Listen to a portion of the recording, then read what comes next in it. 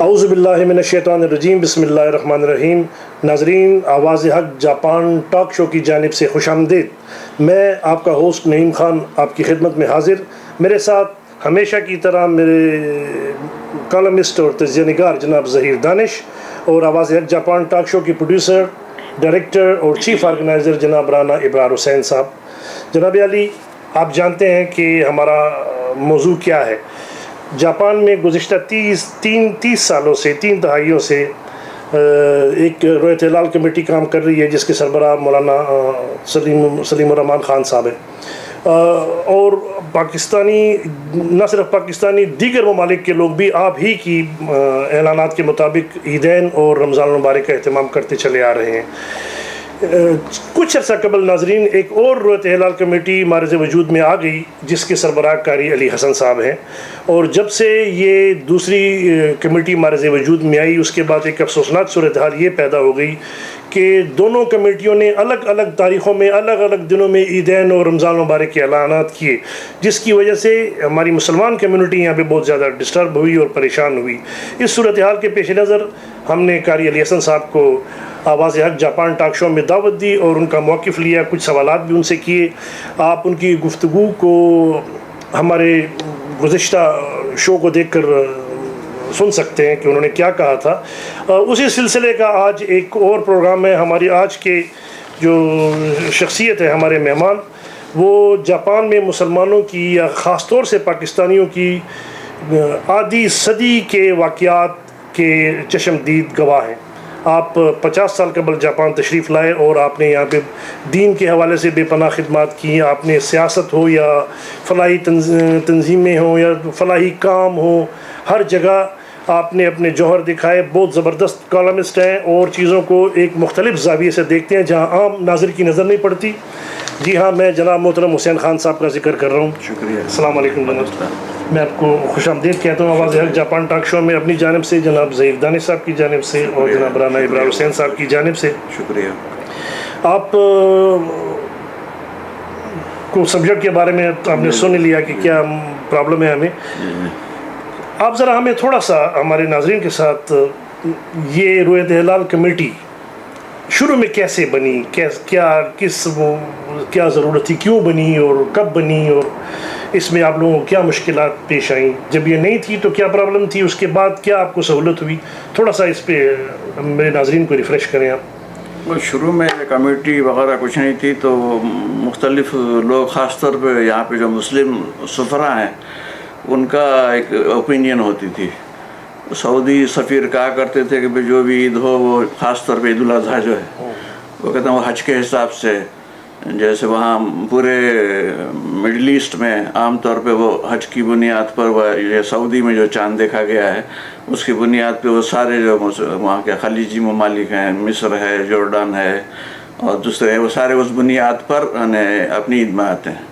تو ان کا خیال یہ تھا، ایک کا نہیں، اکثر جو بھی سفیر نئے آئے کہ یہ عربک مدرسہ ہے، جو بھی سعودی انسٹیٹیوٹ ہے، اس کے جو کرنے والے ہیں، ان کا بھی عام طور پہ یہی ہوتا تھا کہ بھئی آپ لوگ الگ عید کیسے منا رہے ہیں۔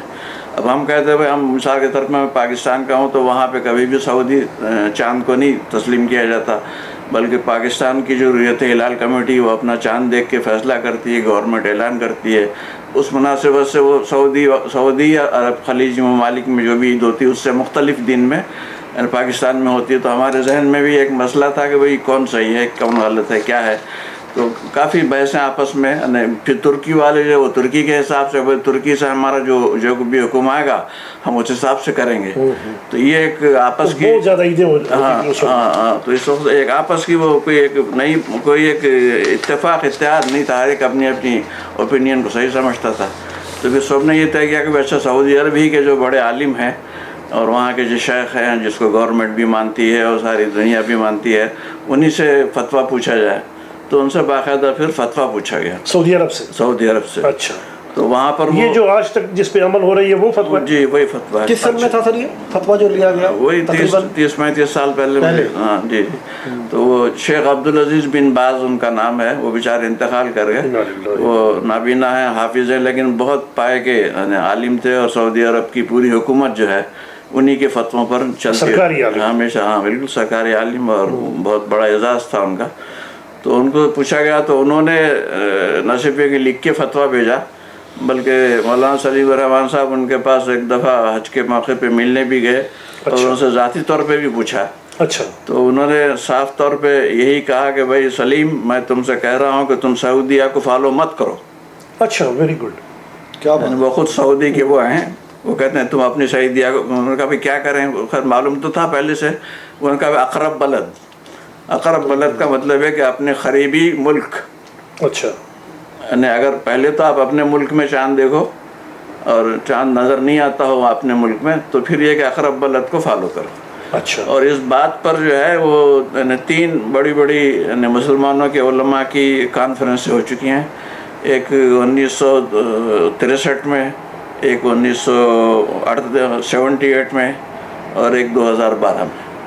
تو ان تمام میں یہ بالکل متفقہ بات ہے کہ جس مقام پر چاند نہیں دیکھا جا سکتا ہو, کوشش تو ضرور کرنی چاہیے, کوشش سے تو کوئی نہیں دیکھا جا سکتا, تو وہاں پر ہے کہ اقرب بلد کو فالو کیا جائے. تو اس مناسبت سے وہ فتویٰ وہاں سے آیا. اس کے بعد سے پھر یہی, اور جب کوئی سعودی صحافی پھر بھی کوئی نیا آتا تو وہ یہی کہتا ہے جی وہ اس کو فالو کرو ہمارے اس فتوے کو نہیں وہ فتوے کو جو کہتا ہے وہ سعودی کو فالو کرو. سعودی فیصلے کو تو ہم ان کو ان کا فتویٰ دکھاتے ہیں کہ بھائی آپ ہی کے عالم ہیں, انہی کی یہ کہنا ہے. اس کے بعد ایک سلیم الرحمان صاحب نے جو پاکستان کے جو جید عالم ہیں مولانا تقی عثمانی صاحب, ان کو بھی لکھ کر بھیجا اور ان سے لکھ کر جواب بھی لیا ہوا انہوں نے. تو وہ بھی اس فتوے کی تصدیق کرتے ہیں کہ یہی صحیح طریقہ ہے کہ آپ یا تو اپنے ملک میں دیکھیں, وہاں نظر نہیں آتا تو پھر اقرب بلد پہ جائیں. یہ ہے. اچھا. اس کا بیک گراؤنڈ یہ ہے. اس کے پہلے چیئرمین کون تھے؟ پہلے چیئرمین تو کچھ نہیں, اسلامک سینٹر میں لوگ جمع ہو جاتے تھے اور وہیں سے یہ اعلان وغیرہ ہوا کرتا تھا. اچھا, باقاعدہ اس کمیٹی کا باقاعدہ الگ سے سربراہ کوئی نہیں تھا؟ اس طرح کا کوئی, اس کی صحیح شکل بنی ہے تو ان کی جہاں تک میری یادداشت ہے کوئی ایسی باقاعدہ رویت ہلال کمیٹی نہیں, بس اسلامک سینٹر ہی اس زمانے میں ایک آرگنائزیشن تھی. کوئی یعنی وہیں پہ اسٹاف ہوتا تھا, کچھ لوگ ہوتے تھے, ٹیلی فون ارینجمنٹ, یہ وہ ایک پورا ایک وہ تھا نا. تو وہیں پہ لوگ فون بھی کر کے پوچھتے تھے کہ بھائی کب ہے عید, کب ہے چاند. تو وہیں پہ یہ سارے لوگ جو بھی مساجد کے امام وغیرہ ہیں جمع ہو کے, تو باقاعدہ رویت ہلال کمیٹی جیسا نام نہیں تھا. یہ بعد میں سلیم الرحمان صاحب نے آرگنائز کیا ہے باقاعدہ. اچھا. یہ کس سن میں سر آرگنائز کیا؟ وہ سن وغیرہ یاد نہیں مجھے, تقریباً وہی 30-35 سال پہلے. جی جی. اچھا یعنی 30-35 سال پہلے سے انہوں نے اس کو آرگنائز بھی کر لیا. جی جی. اچھا. کیونکہ وہ مولانا ایک تو ندوہ کے فارغ التحصیل ہیں, پھر سعودی عرب کے بھی فارغ التحصیل ہیں. وہاں سے انہوں نے وہاں سے انہوں نے ایم اے کی ڈگری لی ہے ریاض سے. اچھا. پھر پی ایچ ڈی کی ڈگری انڈیا سے لی ہے. پھر ندوہ کے 12 پھر حافظ بھی ہیں, تو ڈاکٹر بھی ہیں, تو ہر لحاظ سے زبردست عالم دین. جی جی ماشاء اللہ. تو جاپان میں سب لوگ ان کو مانتے ہیں کہ بھائی جو بھی یہ بات کرتے ہیں دین کے مطابق کرتے ہیں. اچھا ویری گڈ. تو اس کے بعد جب یہ انہوں نے باقاعدہ اس کو بنا لیا تو یہ پھر اسلامک سینٹر اس سے الگ کیسے ہو گیا؟ یہ یا اسلامک سینٹر سے کے بیچ میں رہ کر انہوں نے اس کی تنظیم سازی کی؟ نہیں, شروع میں تو حالانکہ یہ تھے رویت ہلال کمیٹی کے چیئرمین تو یہی تھے, لیکن اس کا اجلاس جو ہے اسلامک سینٹر میں ہوا کرتا تھا. اچھا. آج کل اس کا باقاعدہ کوئی آفس نہیں ہے کہ نہیں ہے؟ نہیں, ابھی سسٹم کچھ دوسرا ہے, وہ روٹیشن کیا ہوا ہے انہوں نے. اچھا. مختلف مساجد کے جو بھی مسجد ہے وہ آٹومیٹک اس کا ممبر سمجھا جاتا ہے. اس کو کوئی باقاعدہ اپلیکیشن لکھنے کی ضرورت نہیں. کوئی بھی مسجد کے امام ہوئے, مسجد کمیٹی کے جو بھی نمائندہ ہو, تو وہ اس کو ایک آٹومیٹک, کیونکہ ہر مسجد کے امام کو ضرورت پڑتی ہے کہ عید کب شروع کریں یا رمضان کب شروع کریں, عید کب منائیں, تو لہٰذا ان سب کو اس اطلاع کی ضرورت ہوتی ہے. تو ان سب کو انوائٹ کیا جاتا ہے, تو جو بھی آ جائے پھر انہی لوگوں کے سامنے اپنی مسجدوں میں پھر اطلاع کر دیتے ہیں. تو اصل میں سینٹر میں پہلے باقاعدہ وہیں پہ لوگ جمع ہوتے تھے. اس وقت بھی رویت ہلال کمیٹی تھی اور چیئرمین یہی تھے. صرف یہ ہے کہ وہ مقام وہاں پہ ہوتا تھا, لوگ وہیں جمع ہوتے تھے, لیکن بعد میں سینٹر کے حالات بھی کچھ بدل گئے اور پھر یہ کہ لوگوں کی طرف سے یہ ڈیمانڈ آئی کہ بھائی ہمارے ہاں بھی کرو, ہمارے ہاں بھی کرو, ہمارے ہاں بھی کرو. تو اس کی وجہ سے پھر روٹیشن کا سسٹم, یعنی وہ کمیٹی ہی نے فیصلہ کیا کہ ہر دفعہ ایک نئی مسجد میں, اور وہ پھر وہ مسجد کا فیصلہ کیسے کیا جائے تو اس کے لیے ووٹنگ کرتے ہیں.